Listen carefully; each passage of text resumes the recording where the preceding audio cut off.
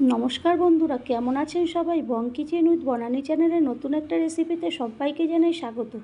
আমি আজকে যে রান্নাটি করব সেটা হলো কাউন চাল কিংবা শ্যামা চালের পায়েস। তার জন্য আমি নিলাম কাউন চাল, গুঁড়ো দুধ, চিনি, তেজপাতা, কাজু কিশমিশ, এলাচ এবং দুধ, লিকুইড দুধ। এরপরে আমি একটা কড়াই নিলাম, কড়াইতে গ্যাসের ওভেনে বসিয়ে তার মধ্যে কড়াইটা গরম হলে আমি প্রথমে লিকুইড দুধটা ঢেলে দিলাম। ওটা একটু গরম বা ঠান্ডা মিডিয়াম যখন থাকবে সেই সময় আমি গুঁড়ো দুধটাকে দিয়ে দেব।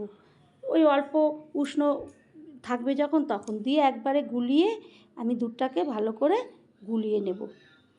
এই কাউন চাল বা শ্যামা চাল অনেকেই চেনেন কিংবা অনেকেই চেনেন না। এগুলো বিধবা মানুষরা বা কিংবা কেউ যদি একাদশী করে এটা খেতে পারে।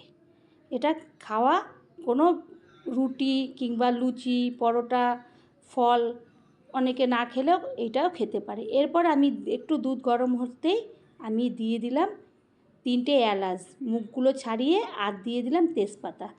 এবার আমি ভালো করে দুধটাকে ফুটতে দেব।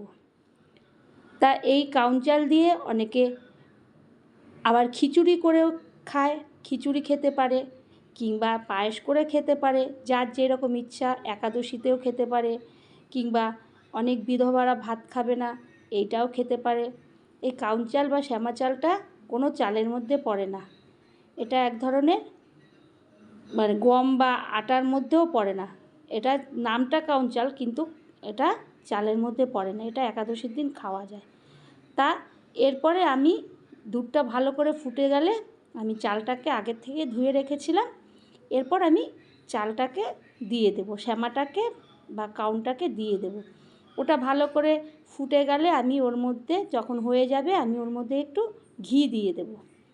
তো বন্ধুরা, আমার চ্যানেলটি যদি আপনারা সাবস্ক্রাইব না করে থাকেন এখনও, সাবস্ক্রাইব করে দেবেন এবং পাশে থাকা বেল বাটনটি টিপে দেবেন। তাই এবং আমি যে জিনিসগুলো ছাড়বো, যে রেসিপি ছাড়বো, সেটা আপনাদের কাছে প্রথমেই চলে যাবে। এরপরে এটা হয়ে যাওয়ার পরে আমি দেখব যখন পুরো মোটামুটি হয়ে গেছে আমি তখন ওর মধ্যে চিনি দিয়ে দেব। তা আপনারা অনেকেই অনেক রকম করে হয়তো ওই পায়েসটা করেন কিংবা খিচুড়ি করেন। আমি এইভাবে করলাম, খুব অল্প সময় অল্প ইয়েতে আমি করে নিলাম। কীভাবে করলাম একবার বাড়িতে করবেন, ভালো লাগবে টিফিনে কিংবা দুপুরবেলা খেতে। অনেকেই ভাত না খেলে, রুটি না খেলে এটা খেতে পারেন।